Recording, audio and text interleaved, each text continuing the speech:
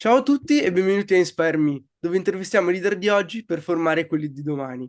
Io sono Leone e il nostro ospite di oggi è Vincenzo Esposito. Benvenuto Vincenzo. Grazie Leone, grazie dell'invito. Grazie a te, grazie a te. Allora, Vincenzo è un manager italiano con laurea in scienze politiche conseguita alla LUISS di Roma e un MBA alla Henley Business School nel Regno Unito. Prima di entrare in Microsoft ha lavorato in Canon Europe e in Unisys, in ruoli in ambito di marketing e di vendite. Ha trascorso inoltre 11 anni in Dell, guidando diverse aree di business in Italia e in Europa, incluse posizioni come country manager di Dell Italy e altri incarichi dirigenziali EMEA.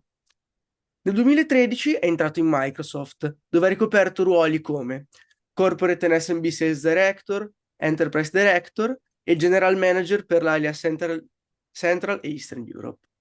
Dal marzo 2023 è amministratore delegato di Microsoft Italia, con una responsabilità sulla strategia di crescita e sulla trasformazione digitale dell'azienda nel mercato italiano.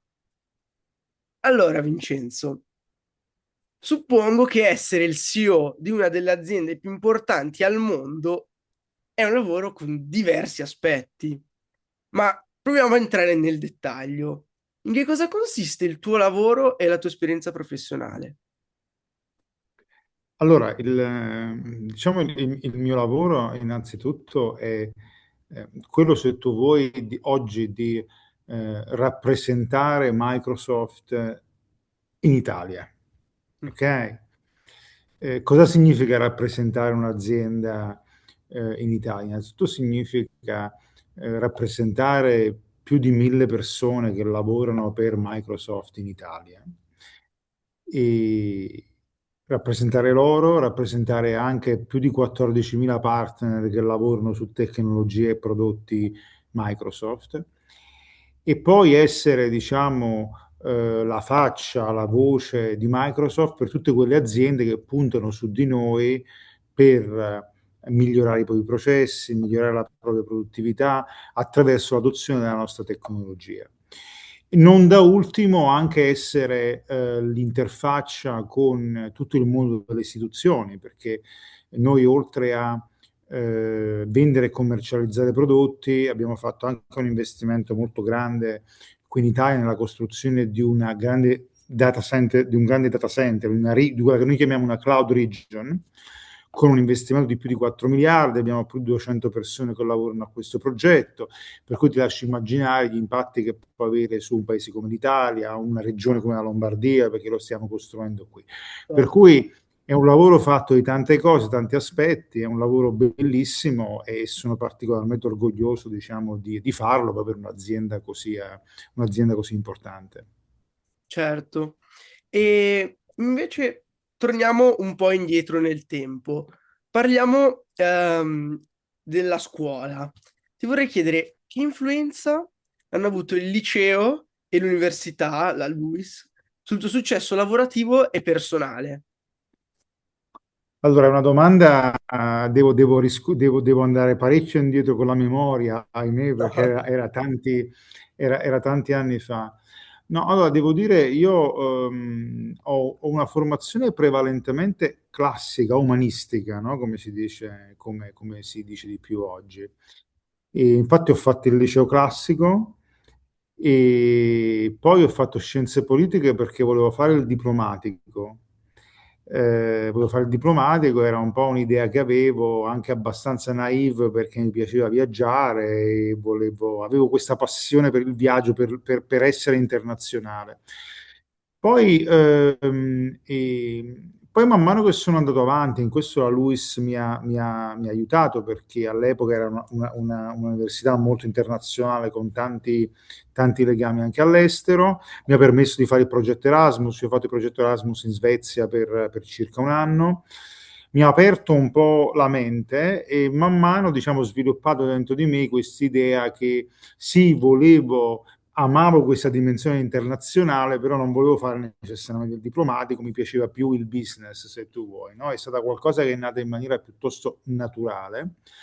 Per cui, venendo alla tua domanda, sicuramente, diciamo, la mia formazione classica e lo studio di relazioni internazionali, soprattutto all'interno di scienze politiche, mi ha aiutato ad essere curioso, ad osservare il mondo che mi era attorno.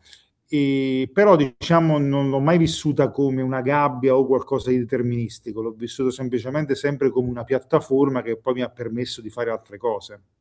Quindi ti ha dato, questa formazione ti ha dato, diciamo, le abilità, magari anche il mindset di approcciare i problemi e le sfide del tuo lavoro che anche adesso, no? Secondo me sì, per esempio, ovviamente poi ho continuato a studiare, no? Come dicevi tu prima, lo ricordavi nell'introduzione, ho fatto un MBA perché volevo ovviamente rafforzarmi sull'aspetto, diciamo, di gestione aziendale, di business, l'aspetto finanziario, per cui ho continuato a studiare. Questo è un consiglio che io do a tutti. È falsa questa idea per cui si smette di studiare quando si finisce il percorso canonico. Io non ho mai fatto il calcolo, però penso di aver studiato molto di più da quando ho smesso di studiare che dal momento che prima, per cui non bisogna mai smettere di farlo. È chiaro che quel tipo di formazione mi ha dato, secondo me, una elasticità mentale, soprattutto su argomenti come per esempio la geopolitica, Mm, che oggi sono di grande attualità, che una volta lo erano di meno, e che però sono molto molto importanti, soprattutto quando tu lavori all'interno di una multinazionale. no. Quindi appunto tutte le questioni di geopolitica dici che hanno un'influenza sul fatto di essere in una multinazionale così grande, perché Certo. comunque ci sono anche, suppongo, relazioni con clienti, magari non solo in Italia, ma in tutto il mondo. Certo, no, no, sicuramente c'è questo aspetto, ma c'è anche un aspetto più pratico. Ah, ti faccio un esempio. Io ho lavorato per circa 3 anni con i paesi dell'Europa dell'Est Mhm. e caso ha voluto che questo avvenisse proprio nel momento in cui è scoppiato il conflitto tra Russia e Ucraina. Sai, il fatto di aver studiato quei territori, di conoscerli un po' e di conoscere un po' la storia di quei popoli e di come poi nel corso degli anni si erano susseguite, ehm, si erano susseguiti diversi scenari. Questo sicuramente mi ha aiutato nella gestione di un momento molto complesso, dove c'erano persone, modi di pensare, conflitti anche interni. Devo dire che sicuramente questo mi ha aiutato, mi ha dato una dimensione in più rispetto agli altri. Certo. E appunto parlando di Microsoft come azienda tecnologica su una scala globale, come vedi il futuro del tuo settore nei prossimi 10 anni? E secondo te quale sarà il ruolo dei giovani che vogliono studiare e che entreranno nel mondo del lavoro, che vogliono studiare materie, diciamo, più di tecnologia e che sono orientate più a quel settore? Allora, questa è la domanda più difficile al mondo, perché tra 10 anni chi lo sa? Ehm, Secondo me la cosa importante da guardare è per chi, diciamo, entra nel mondo del lavoro, è molto importante puntare, se ci riesci, a settori che sono in crescita. Mm, Ok?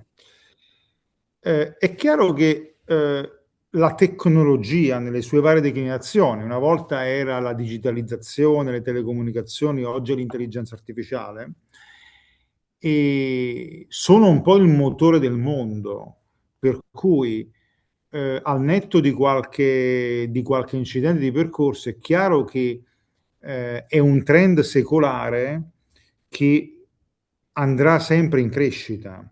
Per cui identificare il micro trend è difficile, però il macro trend, cioè quello della tecnologia, sicuramente è un macro trend importante. Microsoft come azienda, ma non solo ovviamente, è all'interno di questo macro trend, per cui secondo me anche oggi puntare su aziende che fanno dell'innovazione tecnologica la loro cifra distintiva è sicuramente come dire, è sicuramente una buona scommessa certo. per chi incomincia a lavorare. Una volta identificato il trend, secondo me, poi la cosa importante è che una persona all'inizio della propria carriera, eh, semmai all'interno di questo trend cerchi di avere più esperienze possibili, no? All'inizio della propria carriera è importante essere divergenti e non convergenti, per cui provare cose diverse in mercati diversi, in geografie diverse, Per con esempio, nel tuo tecnologie. caso, hai avuto un sacco di esperienze anche all'estero e anche in aziende diverse, giusto? Esatto. Io quello l'ho trovato super super utile. È chiaro che era un bel po' di tempo fa, per cui era più innovativo rispetto adesso. Adesso voglio dire, molti ragazzi, come dire, oggi l'Europa è un po' casa di Sì, tutti, certo. una volta non era così, per cui era ancora più impattante. Però penso che sia ancora la cosa più giusta, cioè all'inizio della propria carriera io avevo questa grande voglia di sprovincializzarmi, di lavorare all'estero, di non restare in Italia e questo mi ha aiutato moltissimo perché sono stato fortunato perché sono capitato poi in un periodo in cui in Olanda soprattutto l'economia andava bene, mi hanno dato da fare delle cose che semmai in Italia non mi avrebbero dato da fare perché per tante ragioni e questo mi ha permesso di testarmi, sprovincializzarmi, fare delle cose diverse. Poi ho incominciato a lavorare per un'azienda, mi è piaciuto di meno, ho cambiato, ho lavorato un po' nelle vendite, un po' nel marketing e man mano, diciamo, ho affinato, ho cercato di capire cos'è che mi piaceva e cos'è che sapevo fare, Certo. no?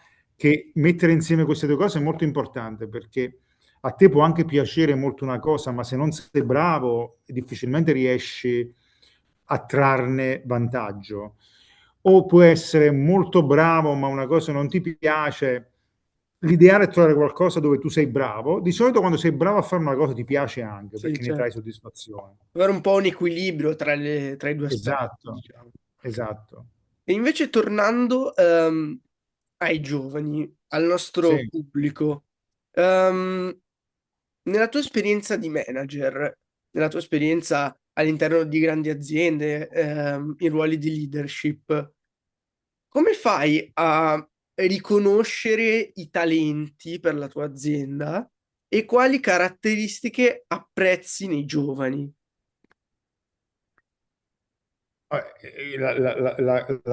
Come dire, la cosa che apprezzo di più, diciamo, il carattere distintivo dei giovani è, è inutile dirlo, diciamo, è la freschezza mentale. Certo, No, il fatto di...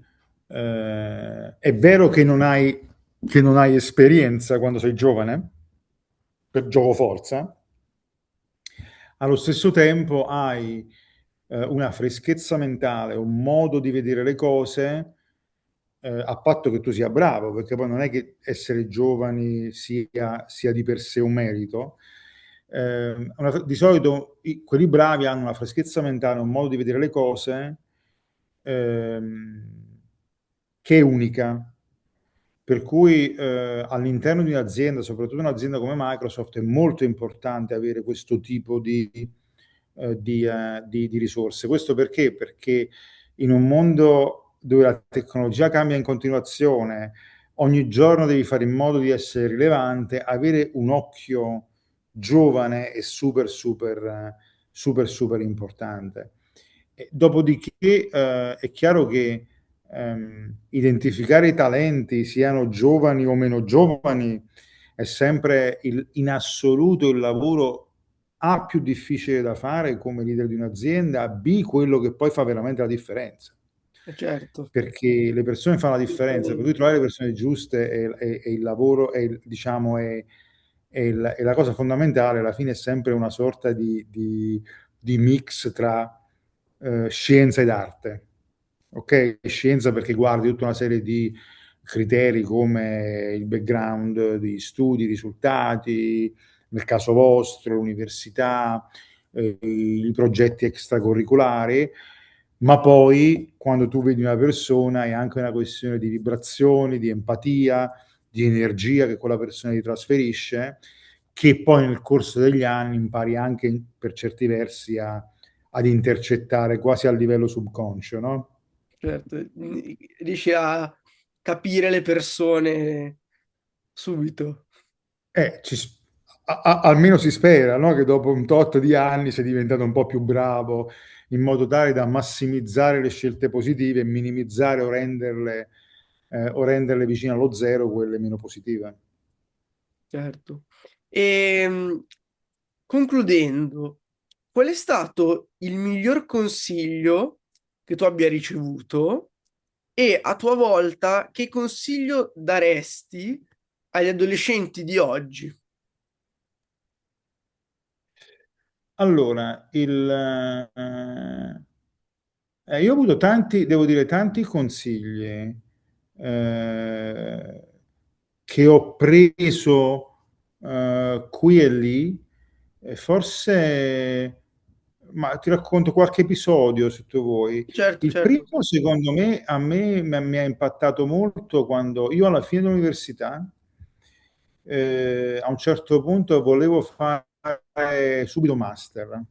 All'epoca era l'università era 4 anni e poi se volevi tu facevi un master, non come oggi che 3 più Sì, 1. ora è molto più comune che c'è, diciamo, il Sì, sì, sì, oggi c'è il 3 3-2. più, esatto. Prima era, facevi 4 piuttosto che gli anni che all'università, dopodiché avevi finito. Poi volendo avresti fatto un master, no? E mi ricordo che mi ero organizzato e tutto, poi incontrai una persona che invece mi disse un po' sì, molto più senior, che lavorava già in azienda, e mi disse questa roba tipo no, no, no, no, vai a lavorare, togliti la puzza di latte da dosso. Mm. E quella cosa mi fece male al momento perché io mi ero fatto tutti i miei programmini, però devo dire la verità, mi ha molto aiutato perché, ed è il consiglio che do a tutti, cioè a un certo punto devi mettere il piede nell'acqua, no? Non puoi sempre rimandare questo momento, per cui studiare va bene, dopodiché aiuta moltissimo poi cimentarsi con la realtà. Questa è la prima cosa.